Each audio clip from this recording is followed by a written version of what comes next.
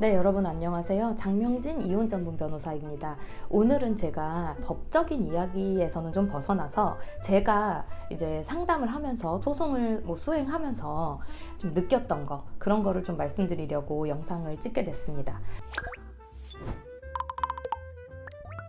제가 현명하게 그리고 똑똑하게 좀 이혼하는 사람들의 특징을 한번 추려봤어요, 여러분. 그래서 이런 게 되게 별거 아닐 것 같아도 여러분들이 이혼 소송 과정에 좀 있으실 때 이런 것들을 좀 유념해 두시면 상당히 좀 도움이 되실 거라고 생각합니다, 정신적으로도.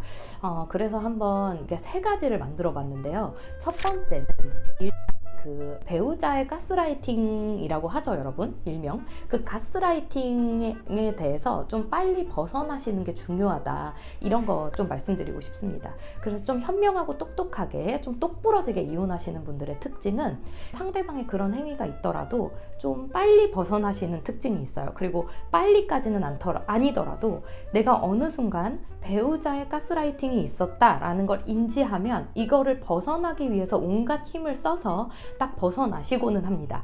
그런데 반대로 이 가스라이팅에서 벗어나지 못하신 분들은 물론 자기가 와서 이혼 소송을 맡기고 뭔가를 한다고 하더라도 계속해서 좀 그거에 휘둘리는 경향이 있어요. 그래서 내가 내 변호사를 갖은 고민 끝에 정해서 그 변호사랑 사건을 같이 하게 되면 사실은 그 변호사와 그 사무실을 믿어야 되거든요.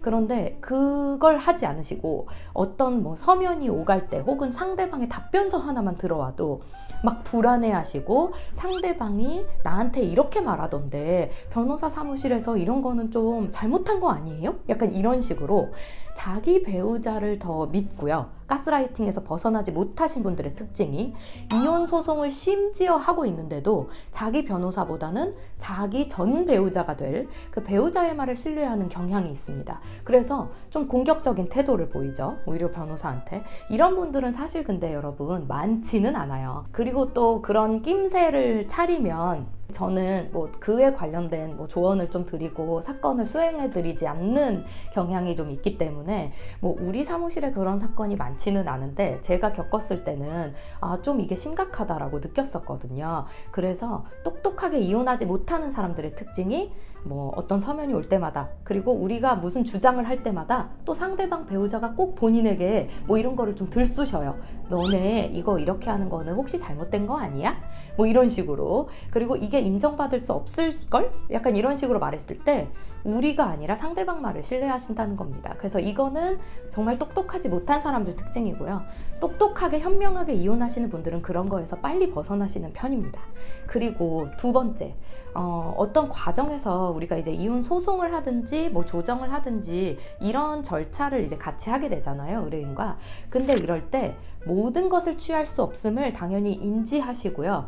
그 다음에 원하는 것에 집중합니다. 그러면 그런 거를 변호사한테 좀 보여주고 알려주면 변호사는 사건 수행을 어떤 부분에 더 집중해서 할 건지 또 집중력을 발휘할 수 있어요. 그리고 어떤 걸 더 내가 유념해야 되는지 사건을 수행하면서 생각할 수 있습니다. 예를 들어서 내가 양육자예요. 그리고 재산분할 관련해서 내가 양육비도 받고 싶고 당연히 재산분할도 받고 싶어요. 이거는 당연히 문제가 없죠, 여러분. 근데 만약에 우리가 조정을 해요. 그런데 재산분할을 우리가 양육을 한다는 명목으로 사실 조금 더 받았어요. 그러면 양육비 같은 거는 상대방이 우리가 조금 포기해 주기를 원한단 말이죠. 근데 이제 끝까지 양육비도 포기 안 하고 재산분할도 포기를 안 해요. 이제 이런 경우에는 사건이 전부 다 잘못될 수가 있죠. 조정이 안 될 확률이 커지죠.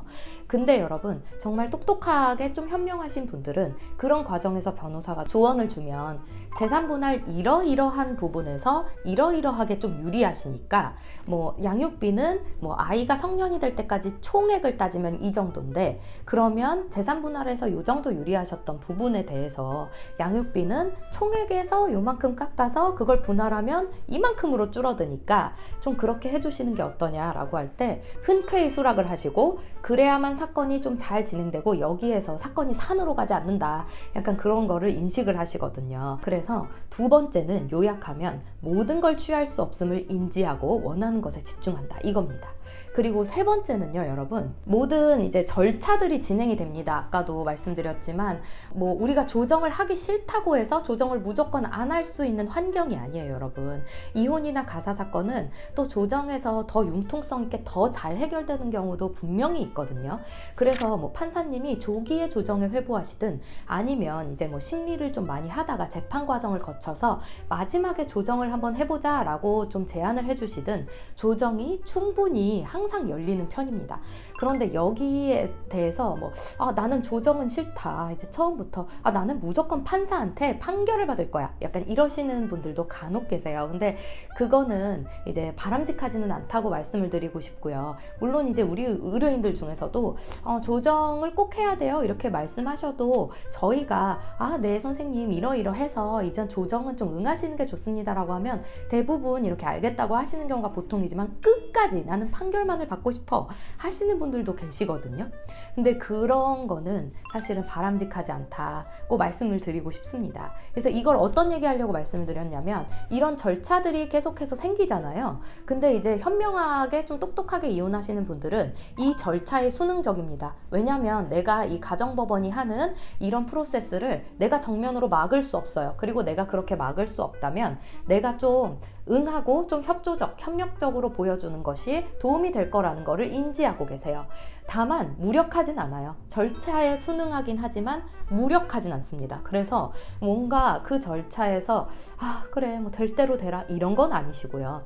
그 절차에서 또 협조적으로 내가 어떻게 하면 유리할지 변호사와 충분히 상담도 하고 이제 그렇게 좀 응하시는 편입니다. 또 그렇게 뭐 서면이 좀 오가죠. 그러니까 여러분 아시겠지만 서면 공방이 오간다고 하는데 이제 상대방의 서면을 보는 게 사실 굉장한 스트레스로 다가오신다 이렇게 말씀을 많이 하십니다. 그래서 그거는 사실 내용만 저희가 봐도 이거 본인이 보시면 얼마나 스트레스일까 그런 생각은 저희도 당연히 하는 부분이고요. 근데 그런 거에 대해서 저는 그냥 서면도 안 보고 그 반박 내용도 그냥 말씀드리고 싶지 않아요 막 이렇게 하시는 게 아니라, 그래도 그거를 보고 충분히 하나하나씩 내가 할 수 있는 게 뭔가, 증거를 준비할 수 있는가, 그리고 내가 충분히 좀 유효한 반박을 할 수 있는가, 이런 것들을 찬찬히 살펴보시고 좀 서면에 대해서도 반박할 내용을 충분히 추려서 주신다든지 이런 좀 협조적인 반응, 그리고 무력하진 않은 반응, 이런 거를 좀 보여주십니다. 그래서 세 번째는 요약하면 절차에 순응적이지만 무력하진 않다, 이런 걸로 정리를 해보고 싶습니다. 제 경험을 토대로 어떤 것이 좀 현명한 이혼인가, 이 과정에서 어떻게 내가 생각을 하고 내가 어떤 행동을 해야 좀 더 똑똑한 건가, 이런 거를 좀 말씀드리려고 영상을 찍어봤습니다. 그럼 오늘도 제 영상 시청해 주셔서 감사합니다.